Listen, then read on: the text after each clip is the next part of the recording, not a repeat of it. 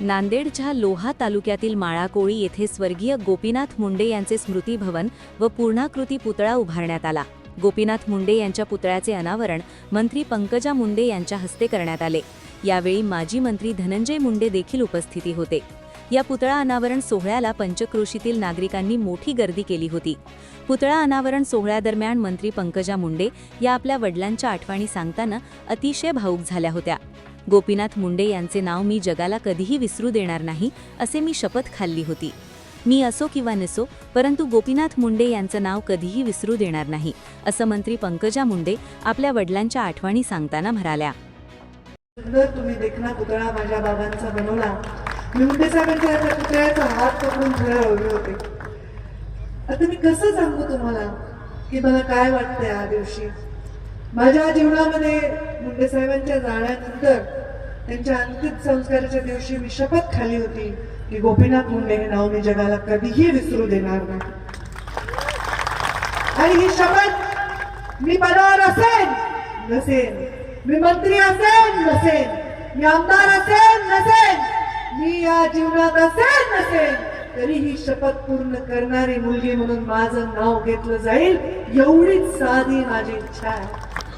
या देशामध्ये मोठे मोठे नेते झाले, प्रधानमंत्र्यापर्यंत झाले, स्वतः प्रधानमंत्री झाले, पण आपल्या वडिलांचं स्मारक बांधणारी मुलगी झाली नाही। पण मी ते बांधलं। गोविंदांना माहिती आपण किती तेव्हा चळवळ केली होती। एक वीट गोपीनाथ गडासाठी ऊस तोडणाऱ्या माणसांनी, माळाकोळीच्या या गरीब माणसांनी प्रत्येकाने एकाच विटेचा पैसा दिला, एकाच विटेचा, आणि भव्य गोपीनाथ गड उभा राहिला। पण ते स्मारक बांधण्याचं खरं कारण काय होतं तर या स्मारकावर नतमस्तक होणारा, मुंडे साहेबांवर प्रेम करणारा माणूस, त्याला जायला ते ठिकाण आहे हक्काचं। त्याची मालक पंकजा मुंडे नाही, त्याची मालक मुंडे परिवारातला कोणी, प्रीतम मुंडे नाही, यशस्वी मुंडे नाही, धनंजय मुंडे नाही, कोणी नाही आहे।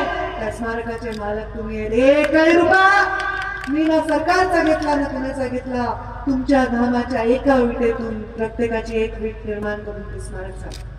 पण आज माळाकोळीच्या या स्मारकासमोर मला गोपीनाथ गड सुद्धा लहान वाटतोय, कारण एक कप झालो।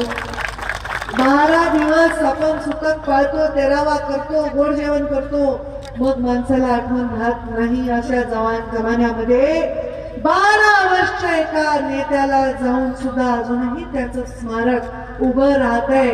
बरं झालं या स्मारकाला 12 वर्ष झाली, बरं झालं।